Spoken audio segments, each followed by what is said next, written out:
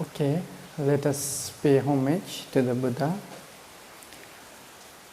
Namo tassa bhagavato arahato samma sambuddhassa. Namo tassa bhagavato arahato samma sambuddhassa. Namo tassa bhagavato arahato samma sambuddhassa.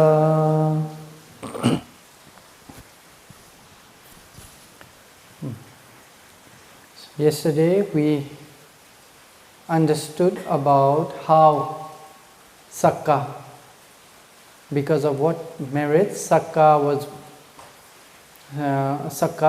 created the Tawatimsa heavens. You know, in the commentary, this story is mentioned with connection to our Sagga. You know, like after Samanya Phala Sutta, a king comes and asks to the Buddha that, do you know Sagga? And the Buddha say, I know him personally. Then this background story of Magha is given in the commentary. So because of that reason, I thought maybe it is the past life of our Sagga.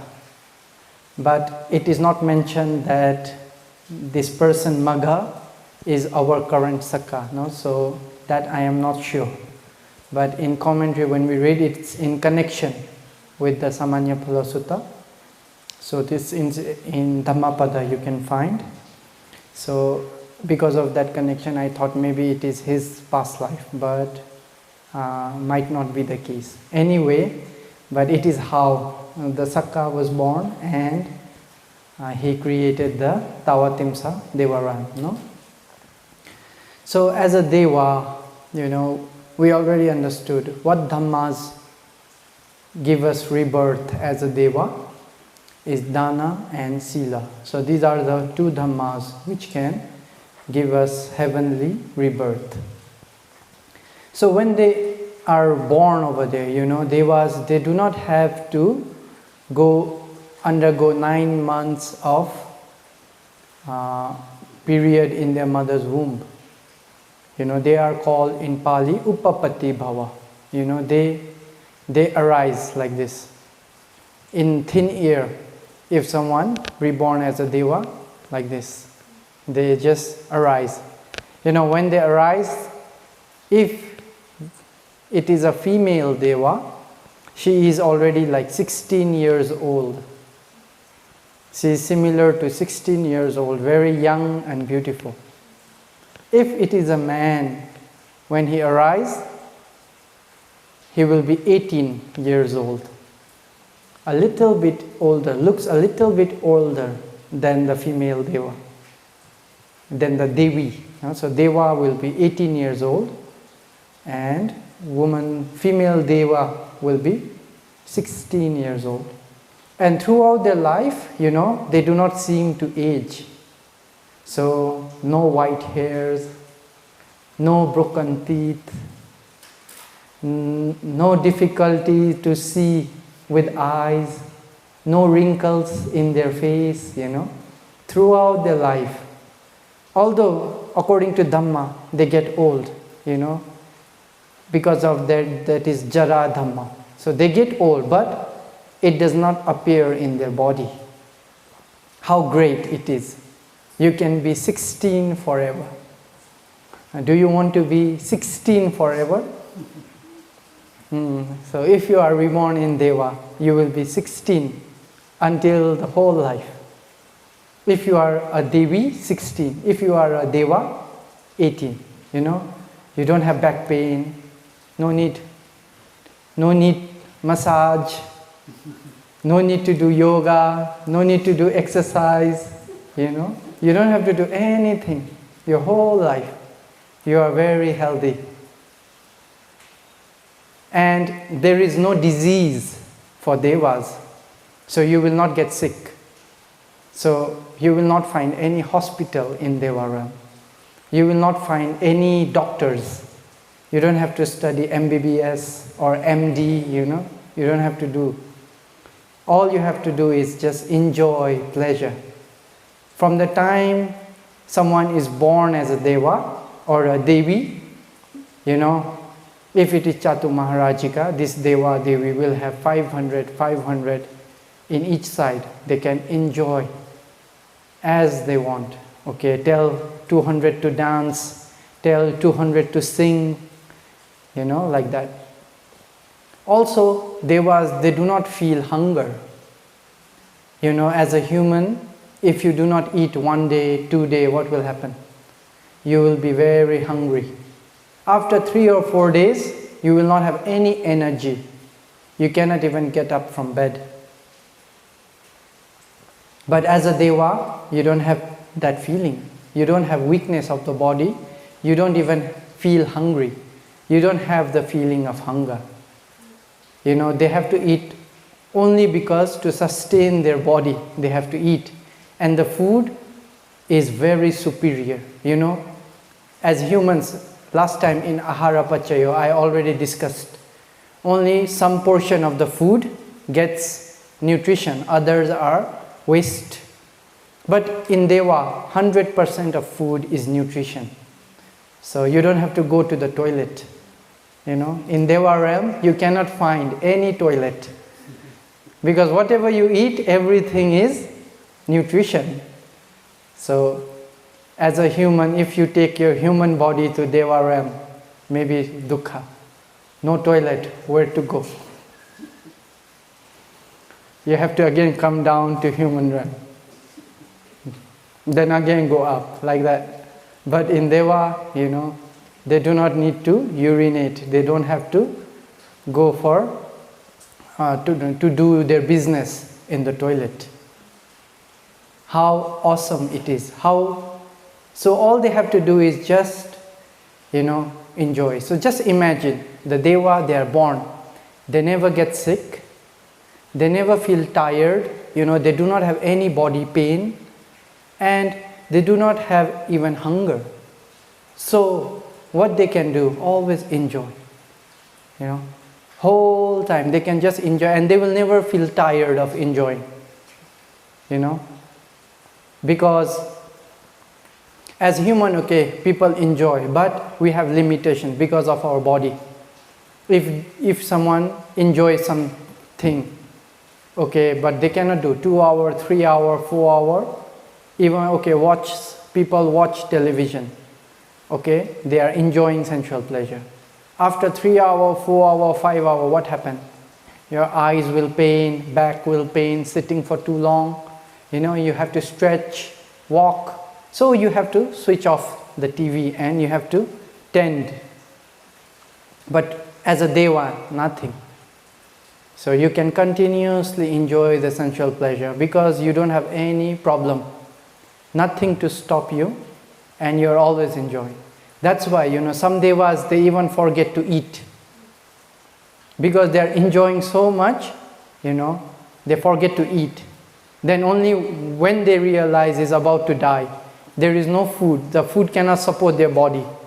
They don't have hunger, and they're enjoying sensual pleasure so much, they forget to eat. Sabbe satta ahara titika, the Buddha says. All beings are supported by nutrition. So if Devas don't eat, after some times there is no nutrition that can support their Deva body. So near death they understand. Then no time, they have to pass away. Because of so much of sensual pleasure through the eye, ear, nose, body, they forget to eat. And eating for them is not like us, every day we have to eat. No. Maybe every long time, after a long time, they have to eat just one time. Then after a long time, they can eat just one time. Because of that, sometimes they forget to eat. So that is the pleasure of Devas. One time, there was one devotee, Even doing kusala through the mind inside the sasana is very strong kusala. You don't have to do through body or speech.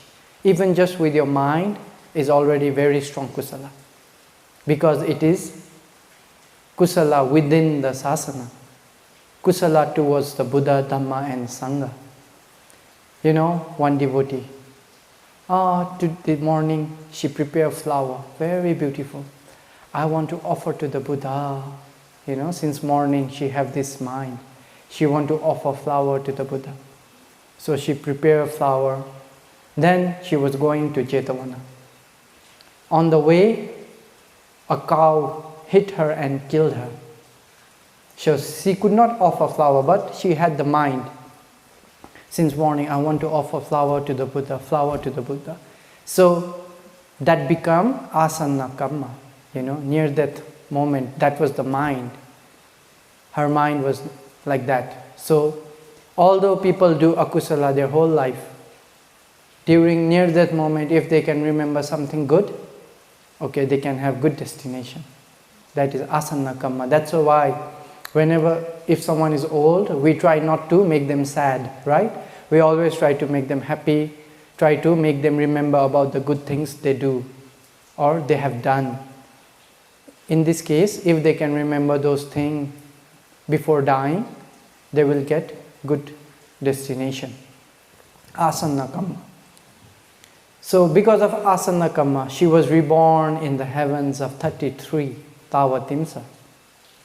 You know, but she appeared, like, okay, she just appeared. But where did she appear is, you know, between 3 Deva mansion. So there is one Deva mansion here, he have his garden. Another Deva have his garden, another 3 Devas. So in the middle of these 3 Devas, border, you know, in the border of these 3 Devas mansion, she appeared over there. So when these Devas, usually in Deva realm is like that. If some Devi appear in your mansion, she is yours. Others cannot take because she appear in your area. If she appear in your bed, she can be your queen, you know. If she appear maybe in the garden, okay, you can make her your singer, dancer, like that. But she appear in the middle of 3 Devas. Now, because she had mental volition to offer flower to the Buddha, it was kusala within the sasana. So it was very strong kusala. So she was very beautiful, very radiant, very bright. So when these devas saw her, you know, all of them want her. But one say, she appeared in my area, she is mine. The other say, no, she appeared in my area, she is mine. So these 3 are having argument over this one Devi. I want her, I want her. No one can satisfy each other. So what did they do? Okay, we should have a meeting. So they have a meeting. You know, Devas also have meetings sometime to have some decision about these cases, how to do, what to do. Then in this meeting also no one can solve the problem. So this topic went to the king. So who is the king of Tawatimsa? Sagga, you know. So everybody went to Sagga and have meeting. Okay. Then Sagga listened to all of their plead, no? Like a judge in the courtroom.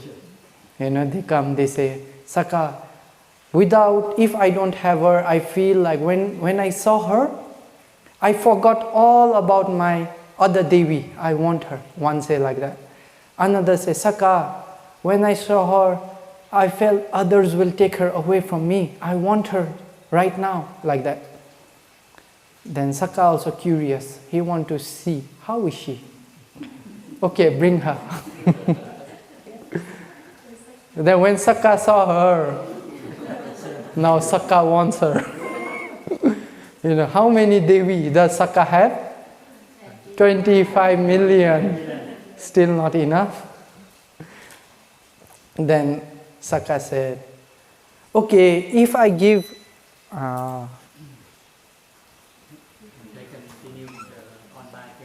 no, my voice, I will have problem tomorrow.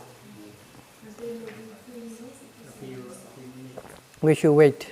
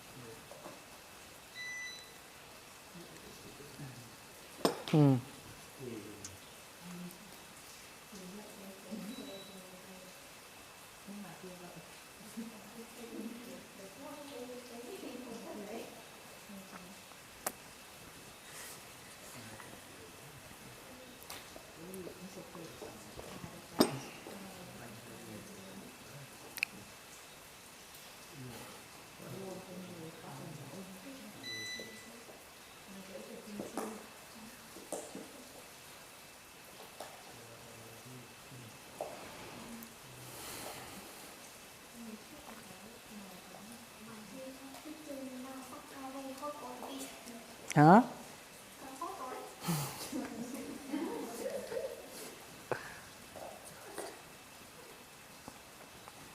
Then Sagga said,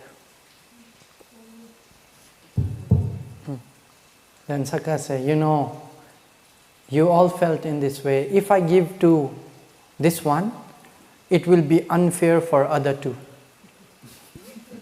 First the Sagga asks, okay, where did she appear? So she appeared in the middle of three mansions. So then Sagga thought, okay, where is she facing? You know, that is the law of Devaram. So wherever she is facing, so that Deva can take her. But she appeared looking down, so they cannot have any conclusion. So Sagga said, okay, if I give to this one, it will be not fair for other two. If I give to this one, it will be not fair for other two. But you know, when I saw her, I feel like if I do not get her, I will die. And I think if your king takes her, it will be fair for all three. You will be happy, right? Your king can take, right? Then everybody agree. Okay, our king you can take. You know, then Sagga took her. So although he have 25 million Devis, but not enough.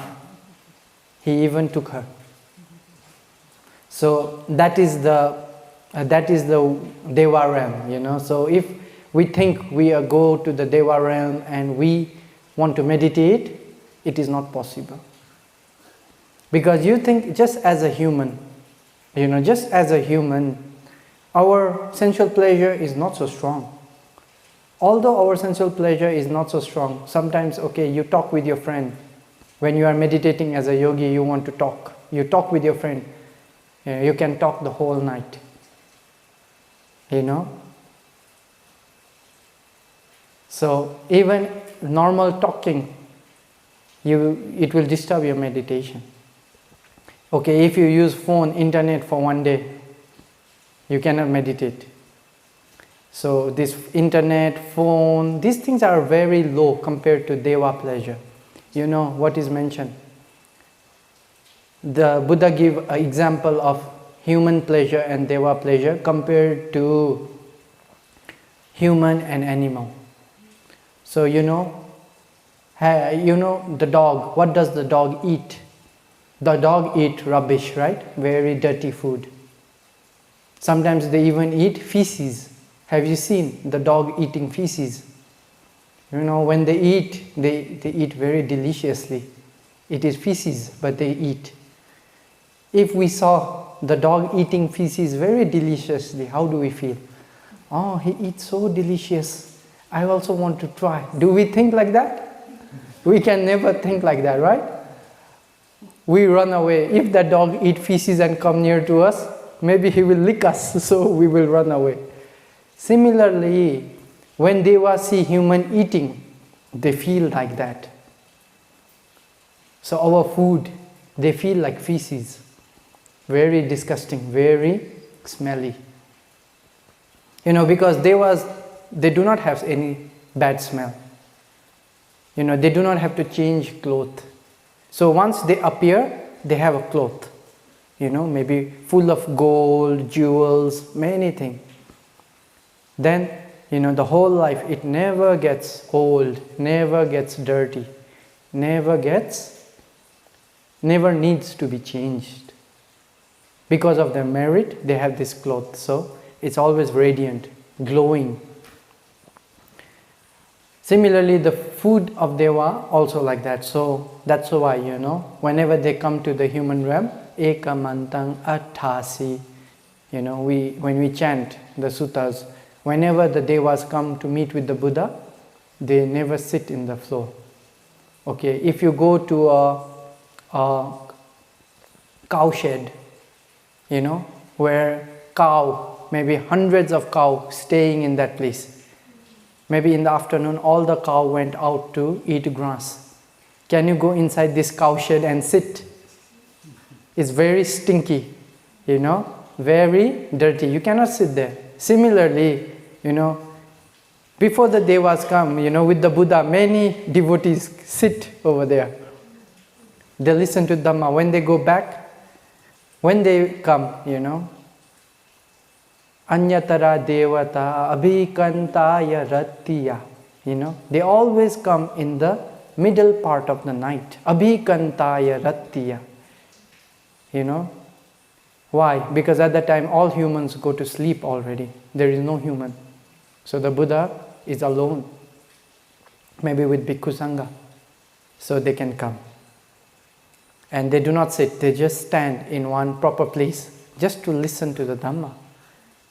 Then when the Dhamma finish, one sadhu here, two sadhu already back to Devaram, So during the time listening to Dhamma, they try to have khanti with this bad smell. So that is the difference of human pleasure and Deva pleasure. For us, we are not attracted to animal pleasure, right? Similarly, Devas are not attracted to human pleasure. There was one lady, Pati Pujika. She also, as a Deva, she came to human realm. But she remembered her past life. Then when she remembered her past life, she cannot enjoy life as a human. Because she was a Devi. So she did many kusala. May I again go back to my past life. May I can again be the wife of that Deva, Like that she do many kusala. Then she passed away here, she again reappeared there as the same Devi. You know what her friends say? Where did you go all this time? Maybe 1 day, 2 days, something like that. Where did you go? Then she said, I passed away. I was reborn as a human. Then finishing human life, I again came back. So for them, like she just disappeared for maybe a few days. Then she again came back. So that is such long is their life. And during their age, they never get old. They never feel tired. They never get sick. So all they have to do is enjoy sensual pleasure. So because of this reason, bodhisattvas don't go to Devaram. Because all the Devas, they do not need anything. Everybody are fulfilled because of their past merit. Whatever they need, they are fulfilled. So how can bodhisattva do dana? Nobody needs anything. In order to do dana, there needs to be a receiver, right? In human realm, there are so many people who are poor, who need support, we can do dana. But in Deva, no. Everybody have their own mansion. Everybody have their own food. Everything is fulfilled. Everyone is satisfied. They don't need anything. So, you cannot do dana in this way. Because of that, there is no heat, no cold, no pain, nothing. No need to be patient, no khanti. So, very less opportunity to practice parami in the Devaram. So, Devaram is only for beings to enjoy. Enjoy sensual pleasure through the eyes, through the ears, through the nose, through the tongue, through the body. Also with the mind. They don't have to, even they don't have to think, I want this, I want that. Some Devaram, whatever they wish, it appears in front of them. They just have to wish, then it will appear. Some Devaram, even they don't have to wish, other will wish for you. for your happiness, other people will wish, oh, may this Deva enjoy in this way. Then it will appear for you. Then you can enjoy like that. So there are many Devarams where you can experience many different kinds of sensual happiness. So if you want to go there, what Dhamma you should do? Dana and Sila. You know, you never have to wash your face again. You never have to exercise. You never have to do yoga. You don't have to eat any multivitamins. You don't have to think, oh, today is so hot, today is so cold, today is so rainy. Or maybe I don't want to go to Nepal in winter, so cold, you know. Or I don't want to go to Myanmar in summer, so hot.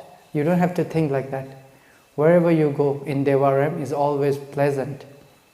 Neither too hot nor too cold.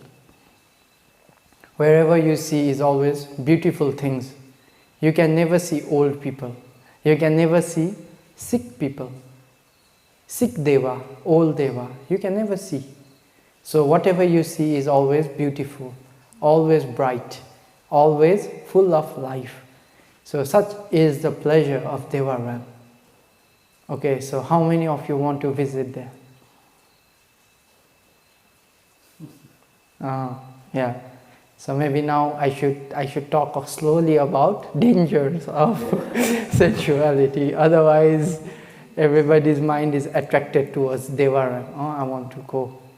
You know, you don't have to work to earn money. Even you don't have to stay in mother's womb. You don't have to cry like a baby. You can directly appear 16 years old, young, handsome and beautiful. You know, there was our Bodhisattva one time. You know, he was Chakravati king, world supreme monarch. Then he thought, you know, as a Bodhisattva, they always want to reduce their kilesa. You know, they always want to reduce lobha, always want to reduce dosa, always want to reduce moha. But sometimes they also think wrongly.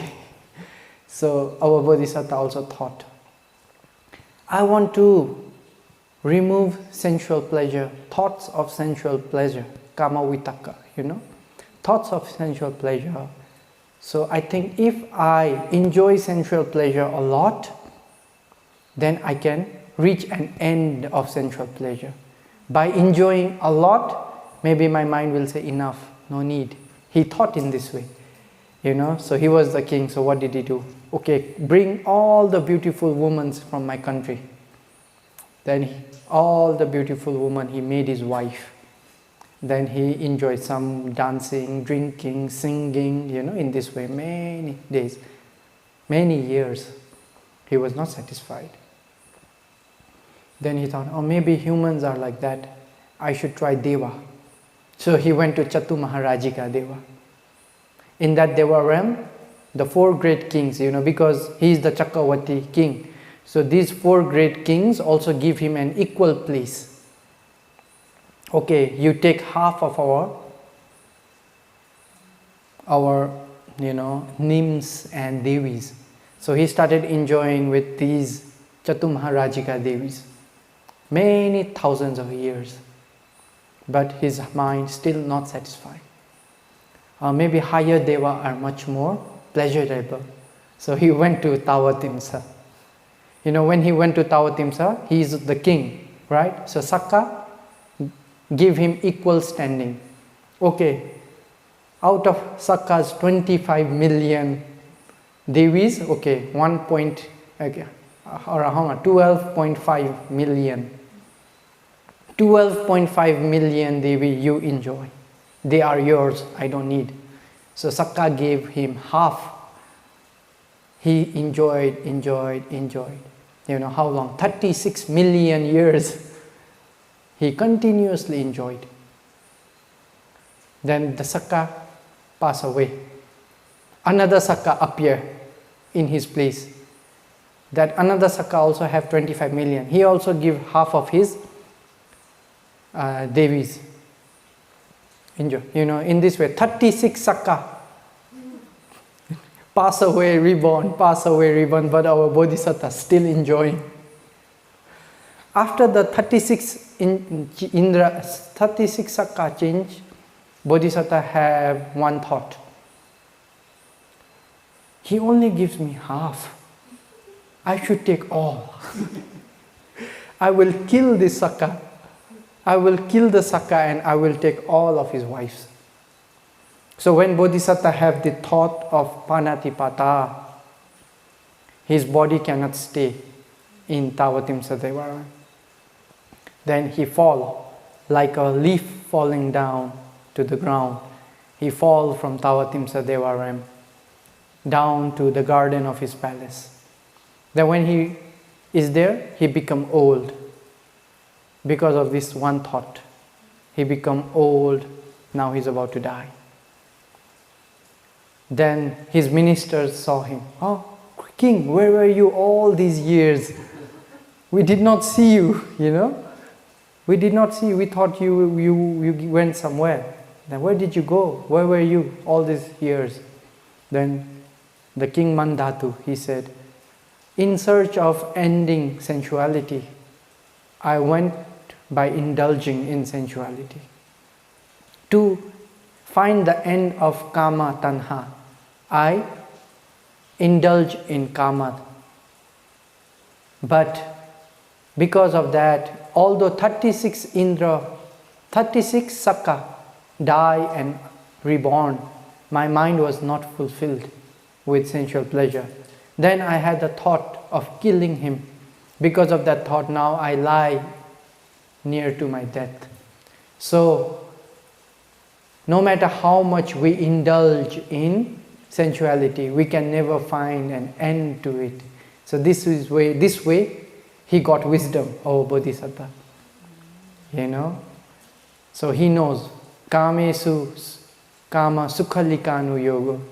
In Dhammacakkappavattana Sutta, the Buddha himself said, those who some indulge in sensual pleasure, thinking that might be the way to end of suffering. But it is hino, gammo, pothu janiko, anariyo, anatta samhito. It is not beneficial. It is very hino, it is very low. It is the practice done by the fool. It is the practice done by not noble person. In this way, the Buddha have said in Dhammacakkappavattana Sutta. Why? Because he himself, in his past life, he practiced in this way. But at the end of his life, he could understand that that is not the way to liberation. And also Bodhisattva, he had practiced many things during fulfilling of parami. Many times he practiced, but the quality of Bodhisattva, he never have wrong view. Although he practiced in this way, he will understand because he's wise, he's fulfilling parami, so he never practices with wrong view. He practices to find an end of suffering. Maybe the practice can be wrong, but he never have wrong view. That's why he never goes to Avici. He can go to other hell because of wrong practice, but he never goes to wrong Avici. So these are some stories and some things we should understand about Devaram. So it is only for enjoyment. It is not for practicing Dhamma. It is not for practicing or fulfilling parami. So those people who want to practice the Dhamma or want to fulfill parami, Devaram is not the correct place. Either if they want to meditate, okay, Brahmaram, okay, as a Brahma, you already have jhana. Very easy to attain jhana. Then, okay, you can continue your vipassana practice. But as a Deva, so much sensual pleasure, There was one Bhante, he was meditating, doing vipassana. While meditating, something happened, he passed away. Then immediately, because of his kusala, he was reborn as a Deva. But he did not know he's reborn as a Deva. He's still meditating. Even as a Deva, he's meditating. Then he hear, female laughing, dancing, music. Then he's thinking, I'm meditating here. Who is disturbing my practice? Then he open his eye. When he open his eye, he cannot see his body. So he still think he's bhikkhu. Then he said, oh, you go away. I am meditating here. I'm trying to practice my meditation. Go away. Then this Devi, they realize that he does not know he is a Deva now. He still think he is bhikkhu. So they bring a big mirror in front of him. Then when he saw his image in the mirror, he then realized he is a Deva. So sense of urgency appear in him. If I'm a Deva, I cannot meditate. Too much sensual pleasure here. So what did he do? Immediately he went to the Buddha. Then he asked for a meditation subject, and even as a Deva, he went to the Buddha. Even before looking anything, before seeing his mansion, before seeing how many Devis he have, immediately he went to the Buddha. Learn meditation and practice, Otherwise, if he just look here, okay, 1 second, finish. He will forget about meditation. He will start enjoying. Because of that, when he realized he's a Deva, he went to meditation. Such is Devaram. Just enjoyment. Something came up in my mind just now, but I forgot again. About Devas. Anyway, if I remember, I will say we can continue our talk. So when Buddha also talk about these Devarams, then people mind inclined towards being a Deva. Then at that time, the Buddha changes the topic. Kama nang adinava Kathā. Now maybe everybody wants to become Deva. So much enjoyment. So I should also talk about the dangers of sensual pleasure. Then if you know the dangers of sensual pleasure, then like that Bhante, who become Deva and immediately went to meditation, you can also go to meditation. So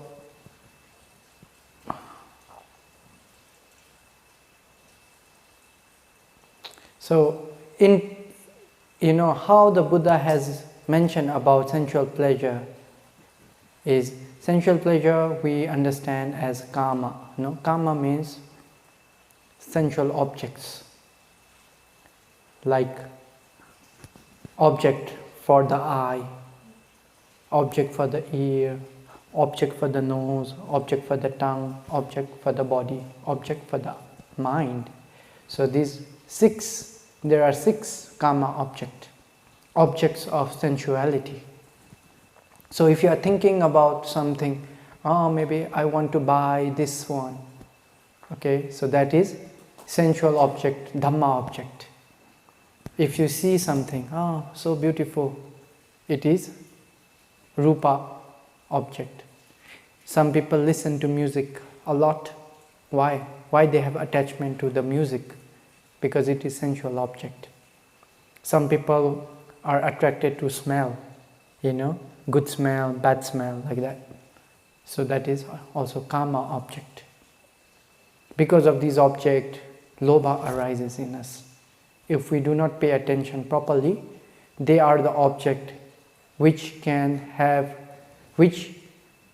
arise akusala in our mind if we pay attention to them wrongly. If we cannot see them as they are, if we cannot understand the nature, asubha nature in them, then we will think this is nitya, this is subha, this is permanent, this is good. Then because of that, lobha will arise, dosa will arise, moha will arise. When lobha dosa arises in this way, because of these objects, because of this sensuality, what happened? We have to suffer. The Buddha gave one example. Mamsa pe supamare. So what is mamsa pesupana? There is one piece of meat, mamsa piece. One piece of a meat fall down in the street. So one crow, you know crow? The black bird, you know. The crow came, he saw this meat, what does he do? He grabs the meat by his beak and he starts flying. So when this crow starts flying, other crows see him. Now what happened? He is flying, trying to run with this piece of meat, want to eat this meat alone.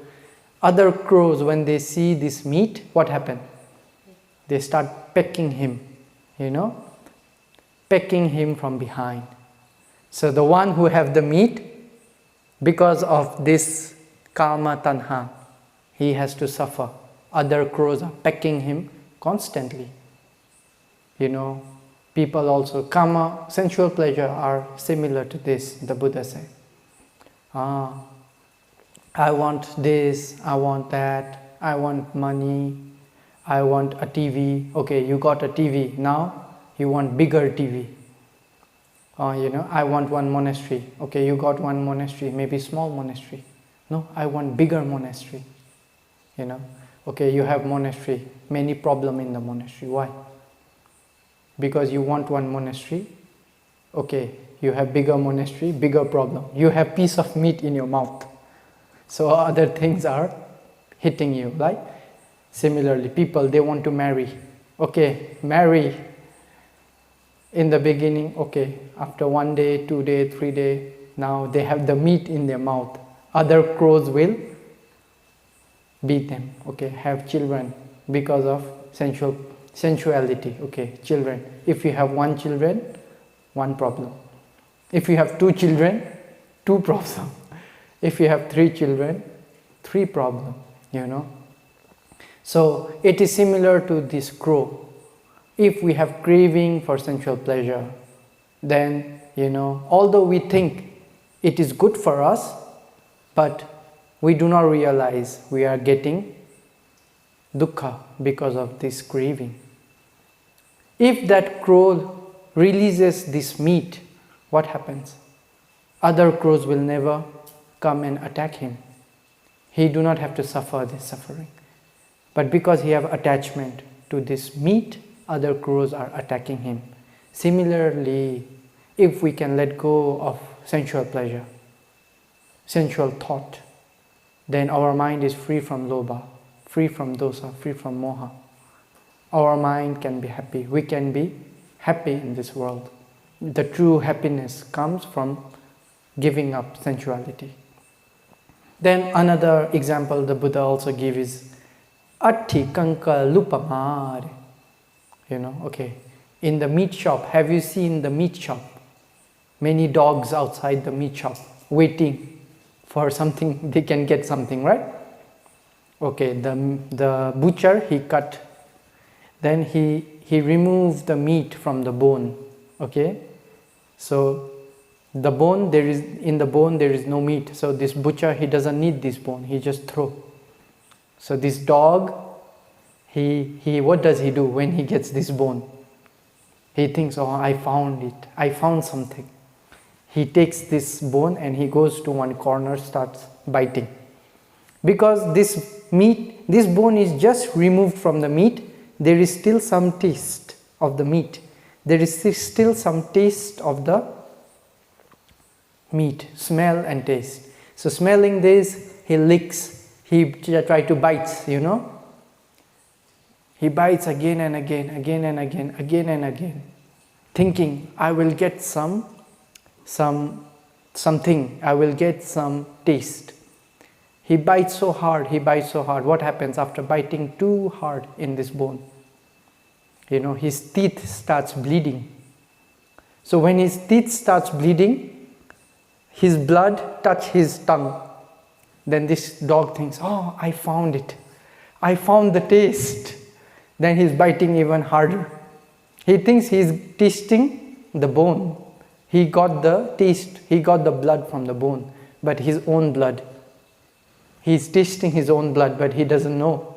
He's biting, and he's tired. After a long time, he has pain in the teeth. then he just leaves the bone, he goes in one area and rests. Maybe 1 hour later, no pain in the teeth. Again, what he remember, the bone. He again goes back to the bone, starts biting again and again, hoping he can get something, eat something. Again, blood starts coming from his teeth. Oh, I got it. I got the flavor. He doesn't know. He is tasting his own blood. He bites again and again, again and again, again and again. Then, tired, he goes back and rests. Those who are chasing for sensual pleasure are similar to this dog. Although we think it is happiness, but actually it is not happiness. It is just hurting us more. And because we are not understanding, we are being like this dog, or we are being like the crow, wanting something, chasing sensual pleasure, wanting to be deva, wanting to be human. I want this, I want that, I want to be rich, I want a big house, never ending. Like the river, all the river flows into the ocean, but the ocean never overflows, Have you ever seen the ocean overflowing? Constantly the river are always mixing with the ocean, but the ocean never overflows. Similarly, although we are chasing for these sensual pleasures, life after life, it never stops. It never finishes. So it is very dangerous for us.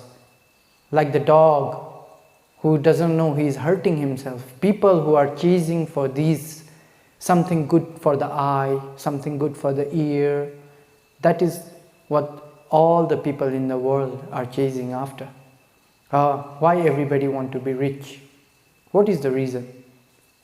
Because they can eat good food, whatever they want, chasing for sensuality. Because they can have big house. Why? To show other people, my house is so big. Your house, only 2-story, my house 5-story.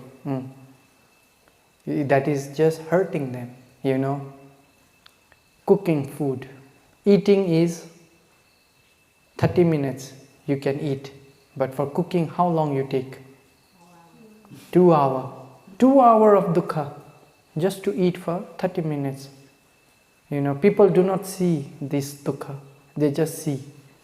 They just want this 30 minutes of enjoyment. But for this 30 minutes of enjoyment, how many hours of dukkha? A lot. Earning money. At the end of the month, maybe you get your salary. 1 month, every day, you have to go. Either you are sick, you are strong, you are healthy, you want to go or not. Every day you have to go for work. You have to work for earning money. Only at the end of the month, maybe 5 minutes, the boss will call you, give you the check. You are happy. When you get the check, you are so happy. Just for this happiness of few minutes, people are working for 1 month, day and night, just chasing for sensuality. But they cannot see it is all dukkha. Only a little bit of happiness, but a lot of suffering. So this is how the Buddha have explained about sensual pleasure. Yeah, it is pleasure. The Buddha did not deny. He did not say it is not pleasure, it is not sukha. Piti will arise, sukha will arise. But at what cost? You have to lose, you have to suffer long time just for little bit of happiness, little bit of enjoyment. So the question is it worth it? Is it worth it just for 5 minutes of pleasure? Is it worth having to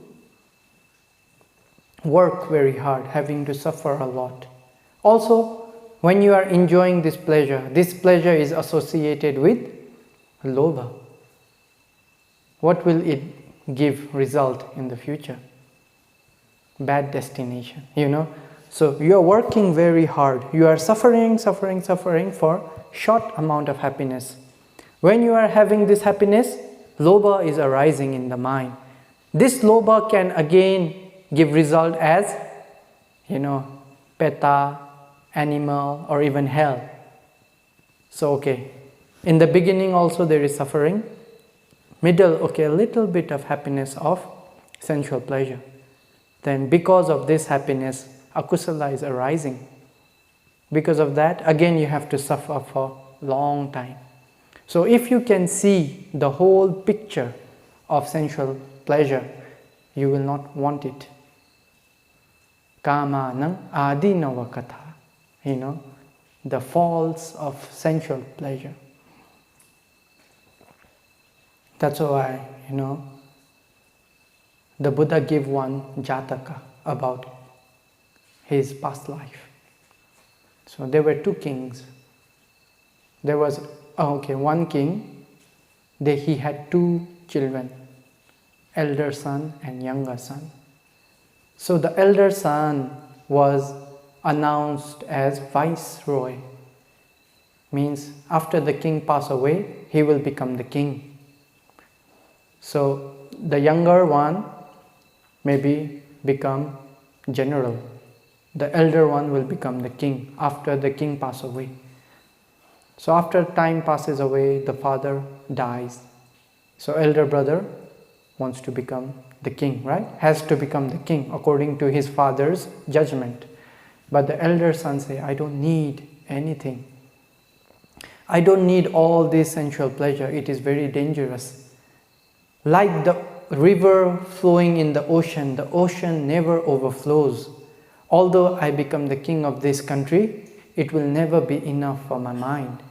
I don't need this pleasure. I don't need this kingship. My brother, you take all this kingship. I don't need it. I don't need it. Then the brother also say, the father appointed you to become the king. You are the rightful heir of this country. You should be the king, my brother. But the elder brother does not want to accept. He say, I don't want it. You take. Then the younger brother has no choice. He has to accept. Then when the younger brother accepts, he says, okay, my brother, do you want to be a general or what do you want to do? I don't want anything. I don't want to do anything with sensual pleasure. If we enjoy in sensual pleasure, it is bad for us. So I don't want to do anything with it. Then the younger brother says, okay, I will build one mansion for you in this garden. You stay there peacefully. Whatever you need, I will arrange for you. No, I don't need that. That is also pleasure. I don't need. So what do you want to do?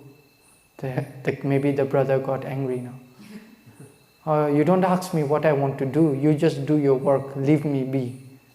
So he left the palace. Then he went to the corner of the country, near the border. You know, he changed his clothes, made his clothes very poor. And in this small village, he started working. You know, whoever needs help, I am free for job. You can give me some money, you can give me some food. Whatever you want, you can give me. I will do work for you.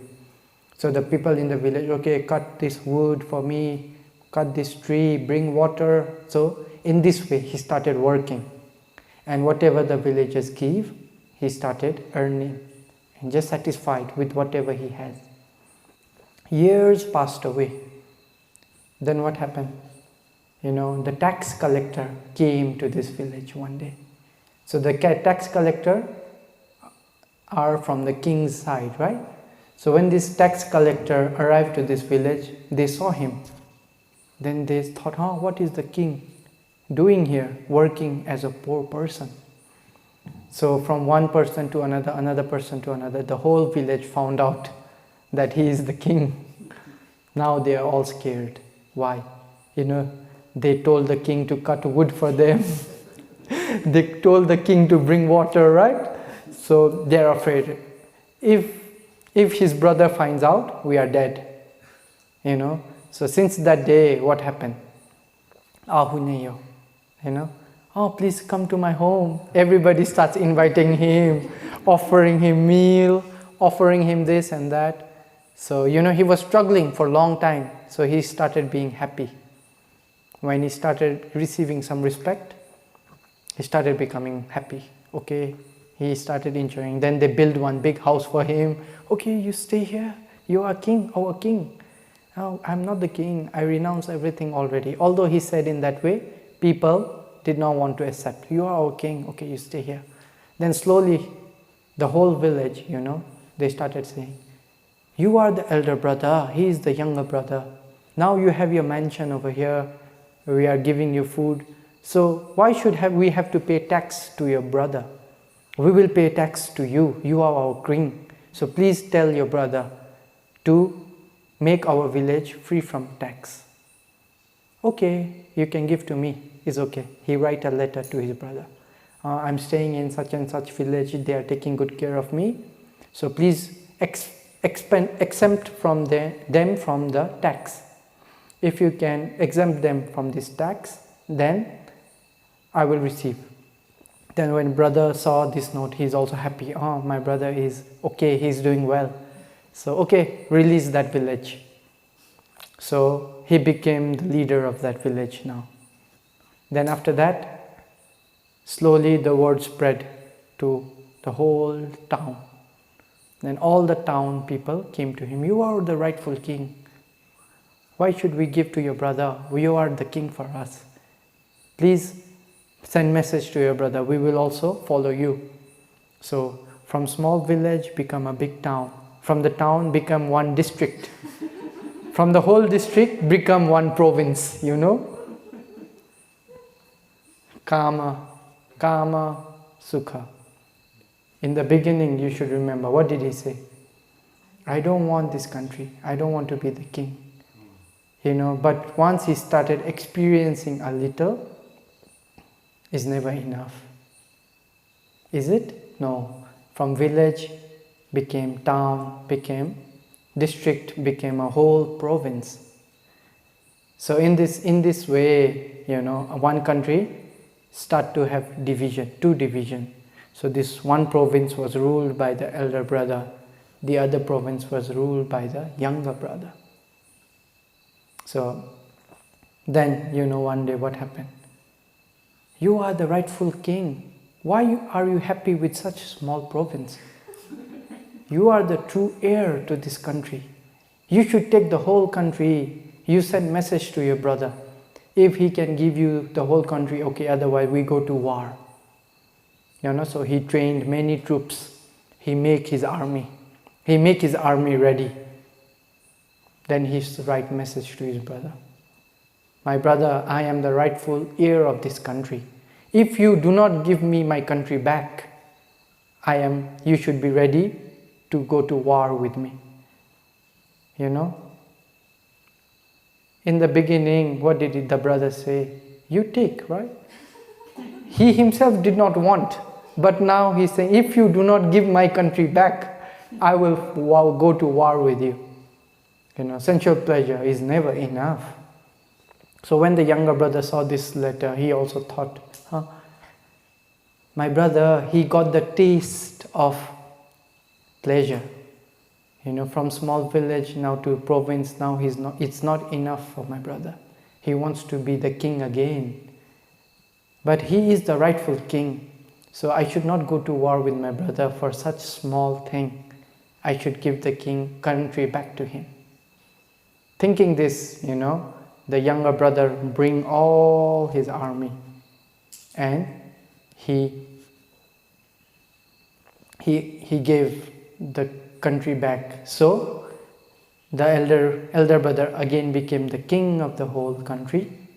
The younger brother became viceroy, means the second in line to become the king of that country. So then this Jataka will continue tomorrow. So now today our time have finished. So we will continue this Jataka tomorrow about the dangers of Kamasukha. So now you understand, if we start a little bit then you should understand hetu pachaya also.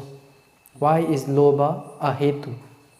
If it can take root in the mind, what does the root do?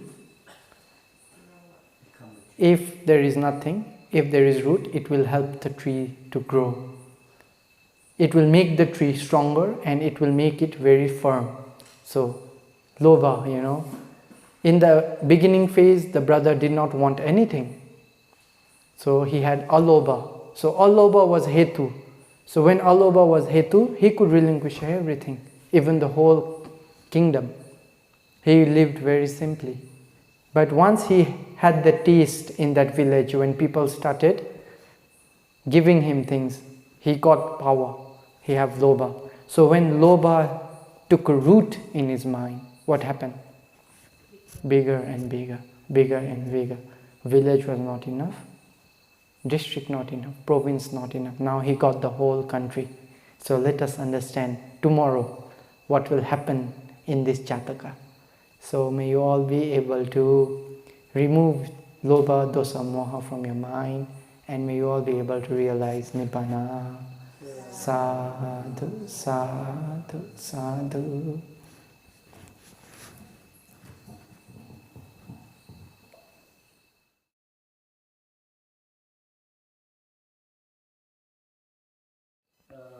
Above the pleasure, we have a higher pleasure, it's jhana. So even Buddha himself encouraged people who can enjoy one kind of pleasure, that is jhana. So my question is, if we taste the pleasure of jhana, and even some people want to go to the Brahma world, so if he has strong attachment, strong craving, I want jhana, I want to have jhana every day, the whole life, is this also lobha? And what's the right attitude towards jhana and Brahma world? Yeah, it is also one kind of nivarana. I want this, I want this, I want this. Too strong. So it is not good. It is also attachment. So attitude should be like, you want peacefulness of mind. Jhana is a state where your mind is completely peace. Your mind is tranquil, your mind is peace. So your attitude should be, I want my mind to be peaceful. I want my mind to be tranquil. I want my mind free of nivaranas. So how? Is by practicing samatha. I want to suppress my nivarana. I want to become peaceful. I want to become concentrated. In this way, those kind of attitudes is right attitude. But if you say, I want this attainment, I want this attainment, so that is not the right attitude. The attitude should be always letting go. Attitude should be letting go, not catching. So if you can let go of nivarana, what is that state? Jhana, If the mind is free from nivarana, the mind have nivarana, kama, chanda, vyapada, thina, middha, uddhacca, kukucca, vicikicca, these 5 hindrances. So if the mind is free from hindrances, the state is called jhana. So instead of thinking you want to attain this, the right attitude would be you want to remove bad things, you want to remove hindrances, Instead of thinking you want to attain this, have this, you should think, I want to make my mind peaceful. I want to make my mind calm. I want to make my kilesas go weaker and weaker. So that would be the correct attitude towards meditation. Because this practice is starting from letting go. So that should be always our attitude. It's not catching something. It is letting go. Letting go of akusalas, letting go of nivaranas, letting go of ditthi, letting go of mana, letting go of vicikicca. So if you have that kind of attitude, it is correct attitude, right attitude. Thank you, Bhante. I feel it's very practical, because for most of us, when we meditate, today I want nimitta, today I want jhana, but we need to reflect, do I have lobha? Do I have those 5 hindrances? Yes. When it's gone, it's automatically come. So then the second question arises. in Abhidhamma it's mentioned when we enter the first jhana, we have 33 or 34 cetasika. So which one is optional? Why is 33 or 34? No, in jhana is 33 cetasika, together with chitta is 34. So sometimes if you count together with chitta, we say 34 in the first jhana. If you omit chitta, and if you just count cetasika, we say 33. So together with chitta, we say 34 nama dhamma, 34 nama dhamma. Only cetasika will be 33 in the first jhana. Thank you, Bhante. Bhante, in case of dana, if somebody give dana for the person who need it at that time, so by wishing that maybe dana for the reason for the might be para something, so that will be parami. But if he didn't wish, he just gave it out just for thinking of him only, so it will give direction to Nibbana. He didn't wish. Lady Sayadaw say whenever we do kusala, this is example given by Venerable Lady Sayadaw. So I think this example will enlighten you about this thing. So okay, you plant one small creeper, creeper. You know creeper? Creeper means those plants which need support to grow, right? So okay, you plant something which needs support to grow. Okay, so if you just leave it, okay, wherever it can grow, you grow. It will spread, according to its own desire, it will spread. But if you give one bamboo, okay, you go in this direction, it will not spread randomly. It will climb up. Wherever you give direction, it can grow in that direction, right? If you want it to go to the left, it will go to the left. If you want to grow, it want to grow. If you want it to grow to right, it will grow to the right. Depends on your support. Similarly, whenever we are doing any kind of kusala, if we have clear mind, clear wish, clear intention, that is like giving it support. So when this kamma can give result, it is inclined towards that direction. Okay, if you don't think about anything, it will give result, but which direction? Not sure. We don't know. So whenever we are doing any kusala, any dana, we should always think. We should always have clarity of our mind. What do we want? What is what we wish for? So it will be like a support, so that when it gives result, it can go towards that direction. It can help us reach that goal. One day I want some clarification about this question about jhana. So let's say somebody attends jhana, but he didn't get vipassana, he passed away. Because without doing the jhana factor, he has no knowledge of anitya, dukkha and anatma, let's say. It's more. So he born in Brahma. And from there, he again come down to human. And he got bad association, again goes to here. So the vicious circle with goes. So actually, what is the use of attending jhana in this case? Because in jhana, there is no vipassana. Unless we doesn't contemplate jhana factor as anitya, dukkha, anatma. Before contemplating, he passed away. So in that case, what will be the main use of attending jhana? What is the benefits or something? There are 5 benefits of attaining jhana. Dittha dhamma sukha viharati. Dittha dhamma sukha vihara nisamsa, we call. So you can stay right here, right now, peacefully. If you have jhana, you can suppress kilesas. If you enter in jhana 3 hour, your mind is pure. Especially for arahantas. They always see arising and perishing. Everywhere, everything is just arising and perishing. So they want to experience some pleasure, enter into jhana. Then another one is abhinyani samsa, psychic power. So if you practice jhana, it can be a supporting cause for you to have psychic power, divine eye. You can see devas, you can see hell, you can see all these things. You can read other people's mind, you can fly in the sky. That is superhuman ability, which is always beneficial. It is always praiseworthy. Then vipassana nisut. Because of this jhana, you can practice vipassana correctly. It can be a strong foundation for vipassana. If you do not have jhana, it is not easy, The Buddha says, samadhing bhikkhave bhavetha, samahita bhikkhave bhikkhu yatha bhutang pajanati. If you do not have concentration, you cannot penetrate the Four Noble Truths. You cannot understand rupa, you cannot understand nama. No matter how hard you try, a mind without concentration cannot penetrate this dhamma.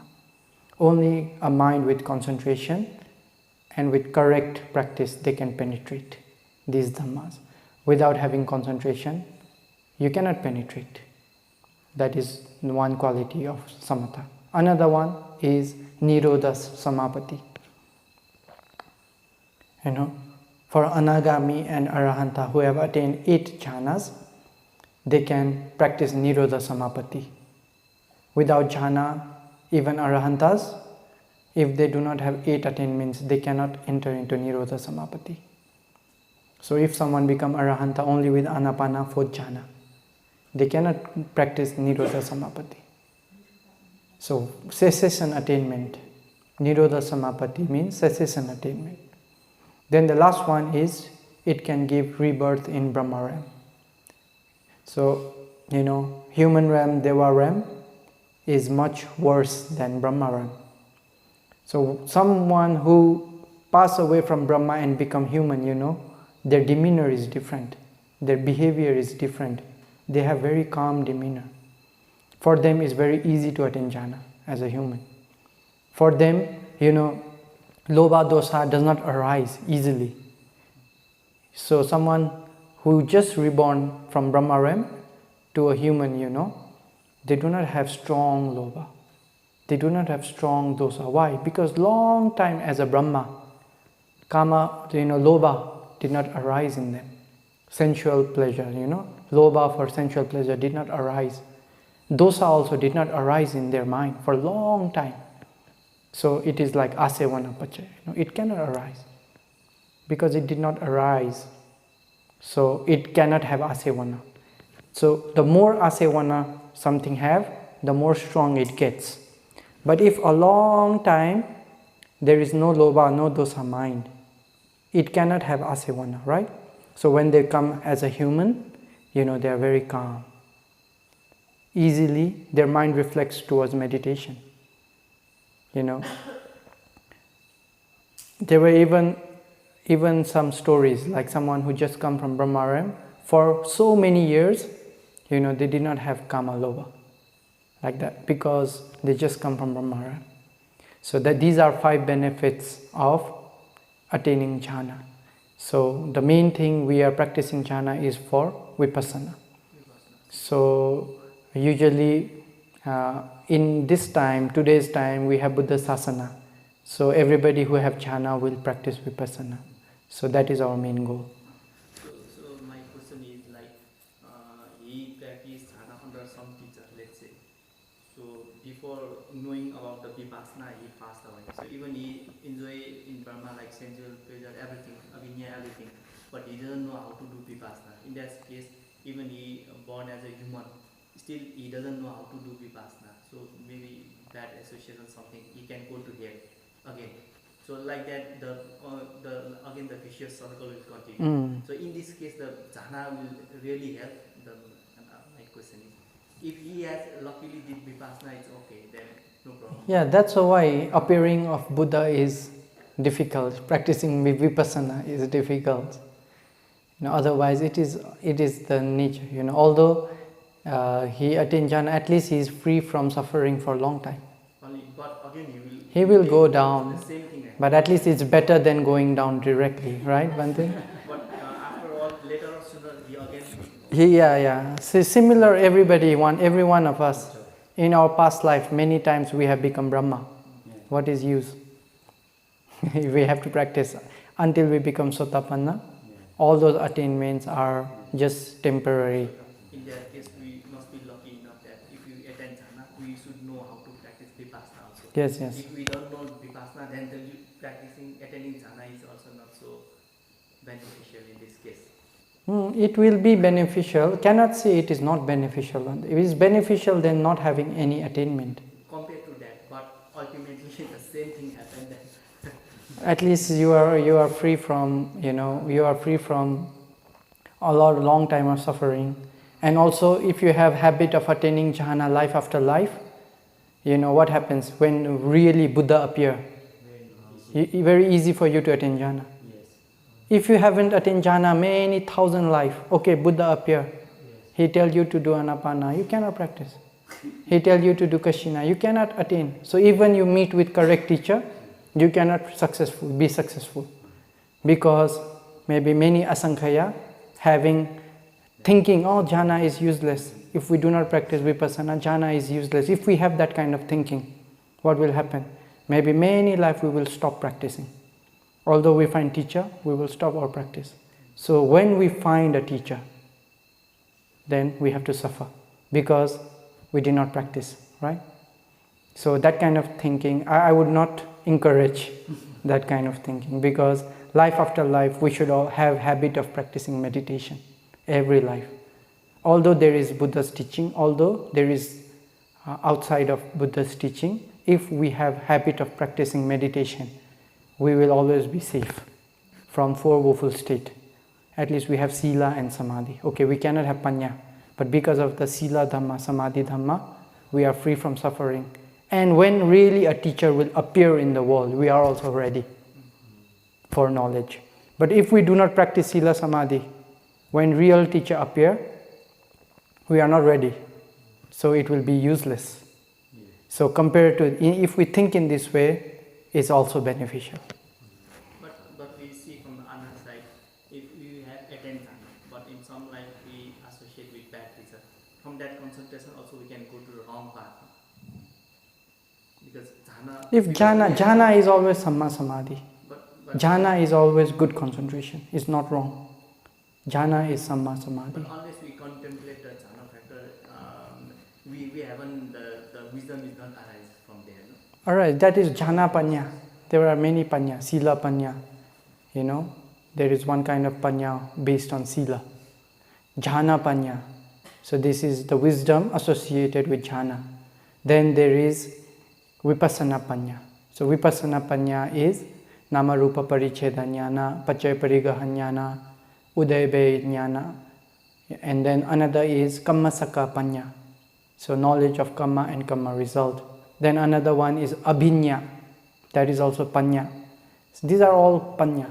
So abhinya is also one kind of jhana panya.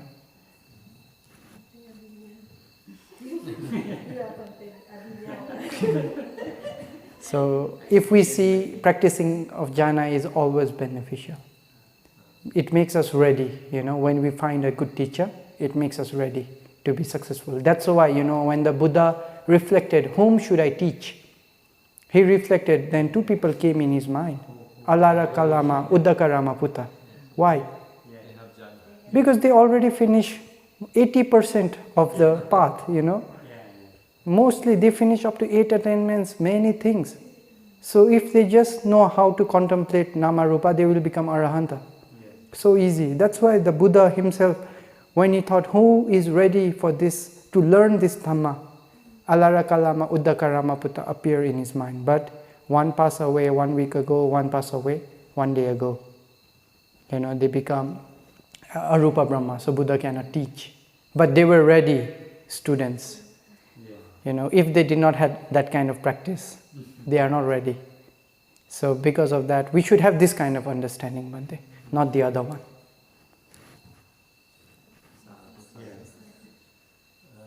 Bhante, here's an online question. Dear Bhante, I think being a lay person is very hard to see Nibbana because we have our families to take care of. We don't have a lot of time to practice meditation, especially samatha meditation. Should we still practice samatha or practicing mindfulness in our daily life?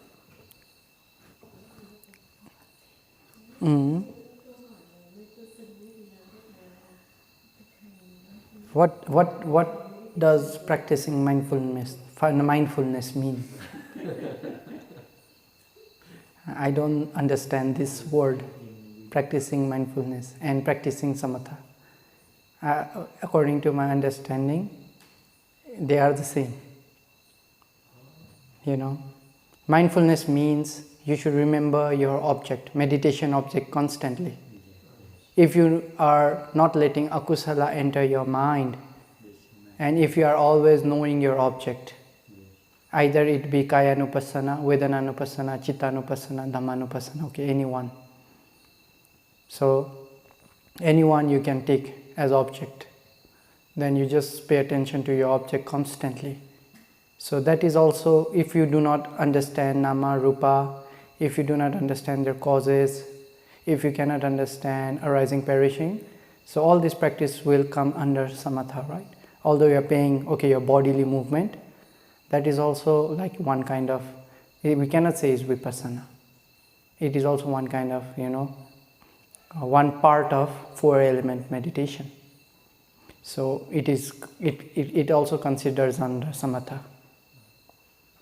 So, mindfulness and practicing samatha, I don't think they are different. If we understand mindfulness, is being mindful of either one object, which is samatha object, or if someone is vipassana meditator, they can be mindful of nama, rupa, causes, anicca, dukkha, anatta. So that is mindfulness. So any practice is okay. If it is wholesome, if it is kusala, then it is okay. About this body movement, I have a question. If we only practice focusing on the movement, that's only the pushing of the 4 elements, that cannot lead us to access concentration or even jhana, right? No. Because today I listened to Sayadawji's Dhamma talk Q&A, someone asked, when I walk, better to focus on the breath or the movement? Sayadawji said, actually focusing on the movement is a modern technique. That's why he still advise, if you can, focus on the breath. Yeah, mindfulness is like that. So if you are practicing anapana, practicing mindfulness means you are always mindful of your breath. Walking, eating, sitting, or if you are practicing Buddhanusati, being mindful means always remembering the qualities of Buddha, not forgetting your object. That is the characteristics of sati. It has the characteristics of not forgetting. Sati means to remember again and again, again and again. So when you can remember your meditation object again and again, you have good sati.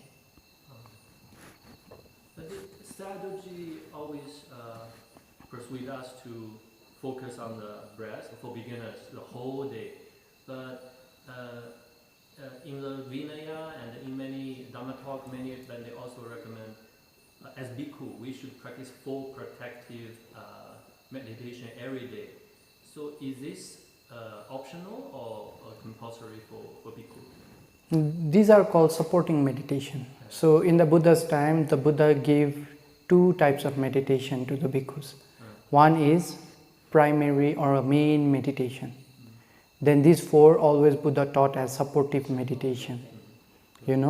So when we are practicing, there is our main meditation.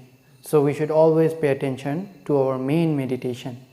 So time to time, depending on our condition, we should also know this supporting meditation, so that it will support for our main meditation.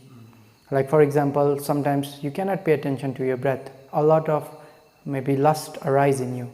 So at that time you should put down your main meditation. Okay, put down anapana. Then you practice asubha. Okay, just watch bones in your body. Just try to see bone. Ati. When you can see bone, if the bone is very clear in your body, in your mind, okay, lust cannot arise. Then when lust is subdued, you pick up anapana again. So it supported your anapana, because lust was giving trouble to your anapana practice. When you practice asubha, okay, then you can pick up your Anapana, it will support. So these 4 we know as supporting meditation. So we should all learn how to practice this meditation, and from time to time, depending on our personal need, we should practice them. So it's optional, not... Yeah, supporting. So if I don't practice that for no apati or... No, there is no apati. Before you, every time after chanting, after meditation, you chant Nama Vibhuta. Yeah. I realize it's very beautiful standard because it combines 6 bhavana. Buddha no sati, Dhamma no sati, Sangha no sati, Des no sati together. So every day during working, I chant that. Oh, today I finish the 4 protective. You should understand, not only chant, but contemplate. Yes. Thank you. Okay, I think late now. We have question? Yeah, one more. Okay, last. Dear Sayadaw, which actions, karma, I should do to have one or some suitable teachers for teaching meditation, like Samatha and Vipassana? I still do not have teacher for meditation yet. So, what action mean? Like what kind of action or behavior we do to get a good teacher to teach us meditation.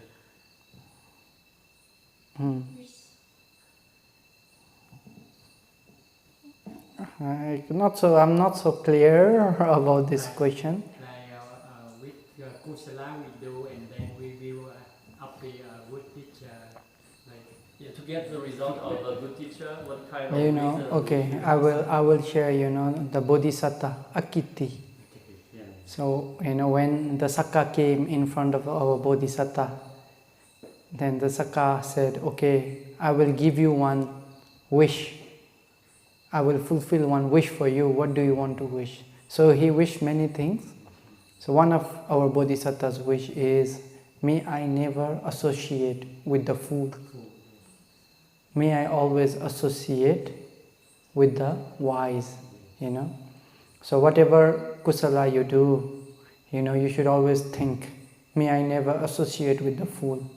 May I always associate with the wise. So wise person mean those people who have penetrated the Four Noble Truths, like Sotapanna, Sakadagami, Anagami, and Arahanta.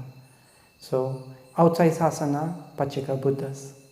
So always, if you have this kind of intention, may I not associate with the fool.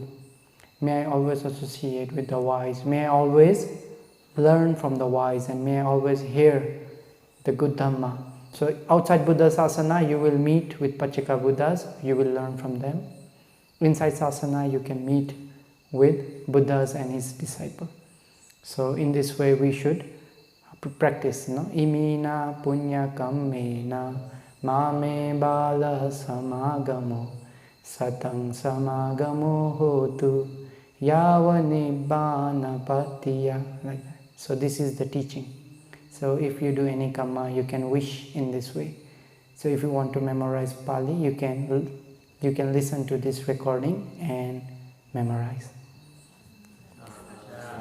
Okay, so now let us share merit. Idam me punyang asavakkaya vahang hotu.